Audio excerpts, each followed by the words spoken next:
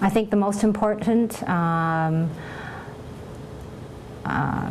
action and result of the apology is that we remind people that this can never ever happen again.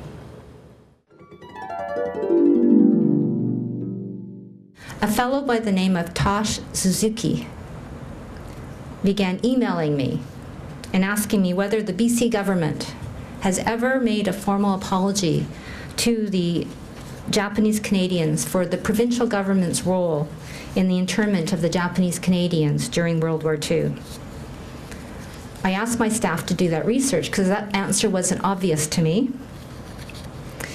And we told him that no formal apology had been made. So he began lobbying me to make an apology in the BC legislature. I was reluctant at first. I didn't want to step into a potentially controversial issue, and I didn't want to appear to be making too much of my Japanese heritage. But the more I got to know Tosh, and the more I learned about the internment, the more I realized that making an apology to the Japanese Canadians was simply the right thing to do. So when I spoke to the Legislative Assembly last spring and called on members to vote to apologize for the BC government's role in World War II internment of Japanese Canadians, I truly realized the power of taking responsibility. I remember looking up into the gallery where my dad, who was interned, he was in Lemon Creek, where my dad and many other people who had been interned were watching. And I saw in their faces the importance of being accountable for your actions, whether you're an individual or a government or a business. I also learned that being authentic about my Japanese heritage isn't something to shy away from. In fact, people respected me for that.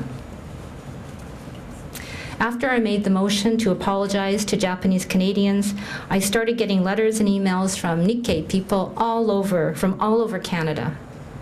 I even got an email from a woman, a Japanese Canadian woman from Nunavut. That's northern Canada, who said it inspired her to run for political office in her own community.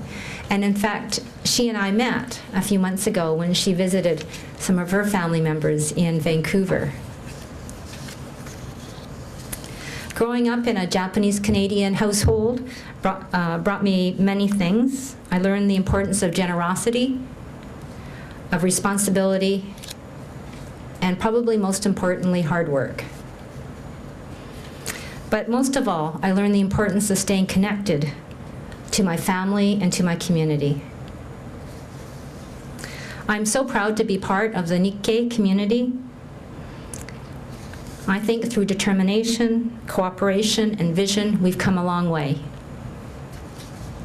I think it's also important for Japanese businesswomen to continue to support and encourage each other, and I'm delighted that your association works so hard to do just that. So thank you so much for all the work that you do.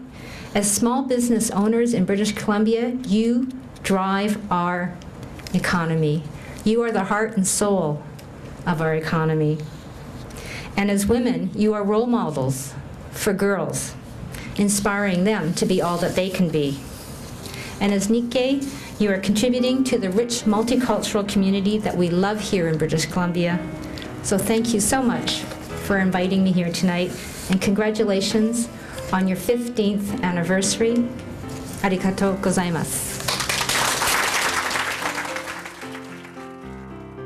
やはり若い新しいエネルギーを入れるために会にはやはり若い新しい方が必要ですから、そういう方も増やしてそれから一層発展させ、自分たちも精進しますが、社会の貢献にも還元していくように、ビジネスを通して得た収益とかそういうものは社会に還元できるようにみんなで頑張っていきたいっていうのが将来の目標だと思います。